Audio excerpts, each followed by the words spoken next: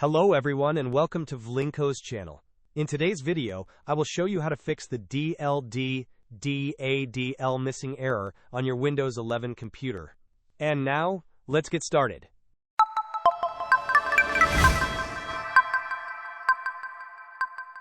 If you are encountering a dldda.dll missing error on your Windows 11 system, there are a couple of effective solutions you can try. First, we will attempt to repair the Microsoft Visual C Redistributable packages, which often contain the necessary DLL files. To do this, open the Windows search bar and type Microsoft Visual C Redistributable.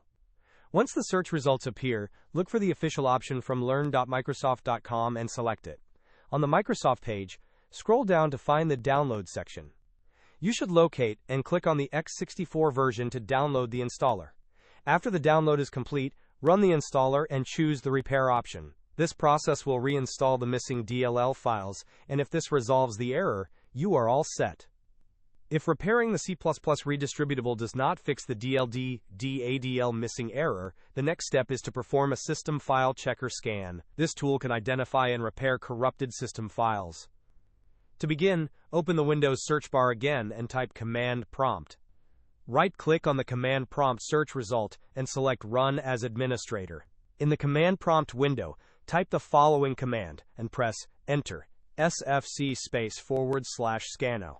This command will initiate the scan for corrupted system files. Allow the scan to complete fully, as it may take some time. Once the scan finishes, restart your computer.